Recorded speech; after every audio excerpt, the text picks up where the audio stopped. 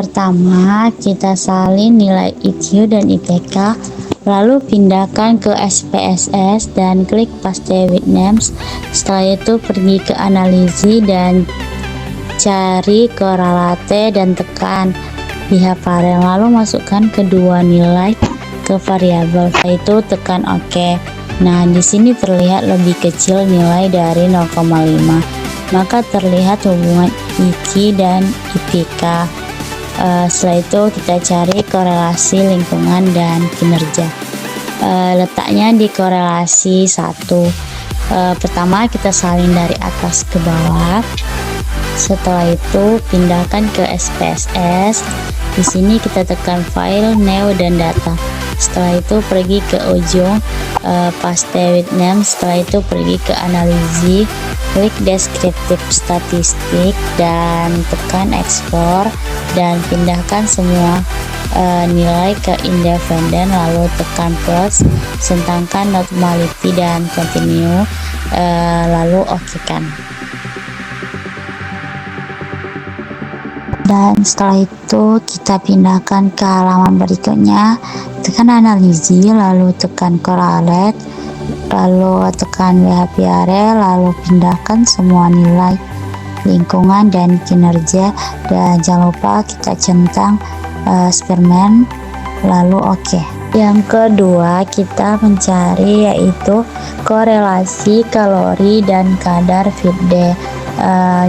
Caranya sama, kita salin dari atas ke bawah. Setelah itu pergi ke SPSS, kita buat file baru, tekan new, tekan data, terus tekan paste with variable names dan pergi ke analisis deskriptif statistik dan ekspor,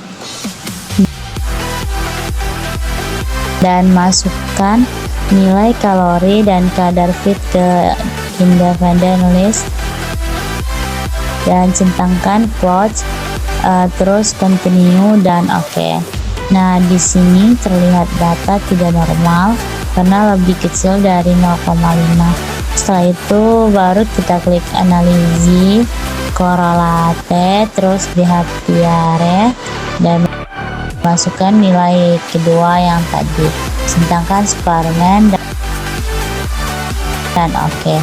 Dan inilah hasilnya. Dan setelah itu kita cari nilai korelasi protein dengan kadar feed day.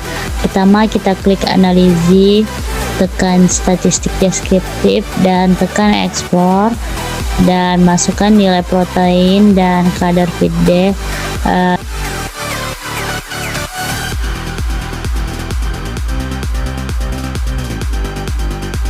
Dan protein, lalu OK.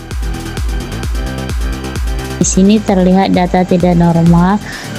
Setelah itu tekan analisis, correlate dan behaviorate, dan kita masukkan nilai korelasi protein dengan kadar vitamin D ke variabel dan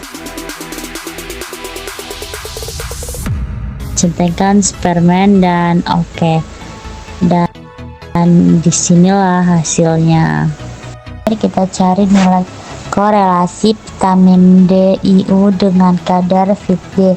Caranya analisis, tekan deskriptif statistik dan ekspor, dan masukkan nilai feed IU dengan kadar feed day ke dependent list. Setelah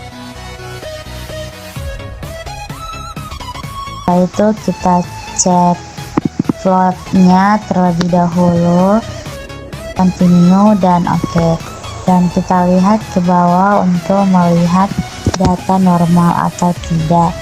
Dan di sini terlihat masih sama, lebih analisis, bagi korelate, behaviorate,